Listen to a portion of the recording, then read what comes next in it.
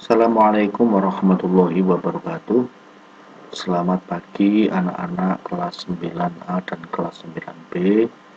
Pada pertemuan kedua ini, Pak Ali akan memberikan tambahan tentang model jenis teks tanggapan yang pada awalnya kemarin sudah kalian pelajari sebagai introduction, sebagai pengenalan. Anak-anak, apabila kita cermati pada bagian awal ini ada sebuah contoh yang kemarin kalian sudah pahami, yaitu ada sebuah lukisan karya Maestro Avanti dan kemudian ditanggapi oleh seseorang. Nah, karena cara penanggapannya ini adalah tidak ada yang negatif, maka tanggapan yang ditanggapi orang tersebut adalah berbentuk tanggapan pujian, yaitu orang tersebut memberikan atau memuji karya lukisan Maestro Avanti. Lalu apa yang dinamakan dengan teks tanggapan yang berupa pujian? Kalau anak-anak diperhatikan bahwa pujian itu adalah sesuatu ucapan yang membuat orang yang mendengarnya merasa tersanjung sehingga dapat juga memberikan motivasi kepada orang yang dipujinya. Nah, ketika memuji karya Avandi ini, sang pemberi tanggapan adalah menyanjung karya lukisan Maestro Avandi. Kemudian, jika kita lihat dari ciri-cirinya, maka Pak Ali akan jelaskan bahwa ciri-ciri dari pujian ini adalah yang pertama, menggunakan kalimat positif. Jadi tidak ada kalimat yang negatif yang menyinggung perasaan Avandi. Yang kedua, menjelaskan kelebihan dan keunggulan. Nah, kelebihan karya, keunggulan karya dari Maestro Avandi ini ditanggapi. Kemudian terdapat saran dan alasan. Nah, kalian jika memahami sepenuhnya, kalian pasti menemukan saran dan alasan. Kemudian ciri-ciri selanjutnya adalah beralasan sesuai fakta atau opini dan jujur apa adanya, sehingga tanggapan itu bersifat objektif. Menanggapinya harus berupa fakta dan kemudian jujur apa adanya. Dan kemudian ciri yang terakhir adalah membuat orang yang dipuji merasa bangga, bahkan termotivasi. Nah, ketika orang yang memuji atau menanggapi lukisan Maestro Avanti ini, berarti tanggapan itu menjadikan Avanti menjadi bangga dan termotivasi untuk melaksanakan, membuat karya-karya yang baik selanjutnya. Nah, itulah tanggapan yang berbentuk pujian, orang yang menanggapi dengan kelebihan-kelebihan karya, kemudian menggunakan kalimat positif, menjadikan yang membuat karya bangga dan termotivasi, itulah yang dinamakan dengan kalimat pujian. Anak-anak, selain kalimat pujian, ada yang dinamakan kalimat kritikan. Mari kita lihat pada halaman berikutnya. Nah, pada kalimat kritikan ini, mari kita pelajari student hijau.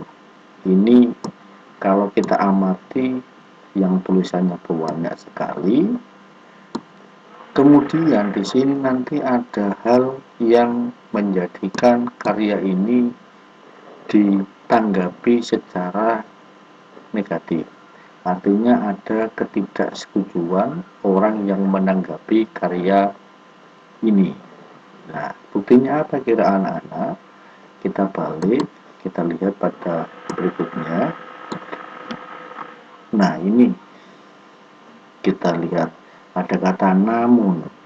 Namun terlepas dari hal tersebut, upaya untuk memperkenalkan salah satu karya yang tidak harus menarik. Dengan kata namun ini adalah penggunaan kata penghubung yang bertentangan, sehingga karya ini menunjukkan ada sisi kelemahannya. Maka kelemahannya itu ditanggapi oleh seseorang. Menanggapi kelemahan itu dinamakan memberikan kritikan. Anak-anak, lalu apa yang dinamakan dengan kritikan? Pengertian kritik sesuai dengan Kamus Besar Bahasa Indonesia adalah suatu pernyataan, kecaman, tanggapan yang seringkali diuraikan dengan pertimbangan baik buruk terhadap suatu kebijakan, karya, pendapat, atau penampilan seseorang. Nah, kalau digarisbawahi, apa sih yang dinamakan dengan pengertian kalimat kritikan? Yaitu kalimat yang mengandung komentar atas suatu objek atau suatu peristiwa. Suatu kritik biasanya disampaikan ketika sang pengkritik menginginkan adanya perbaikan terhadap hal yang dikritisnya. Nah, anak-anak, dari karya ini kalian bisa mencari karya yang merupakan sebuah kelemahan sehingga membuat sang penanggap itu memberikan kritikan. Lalu apa kira-kira ciri-ciri kalimat kritikan? Ciri-ciri dari kalimat kritikan itu tidak jauh berbeda dengan kalimat pujian, tetapi bersifat berlawanan dengan kalimat pujian. Satu, ciri-ciri kalimat pujian adalah menggunakan kalimat negatif. Kemudian menjelaskan kekurangan, kelemahan karya.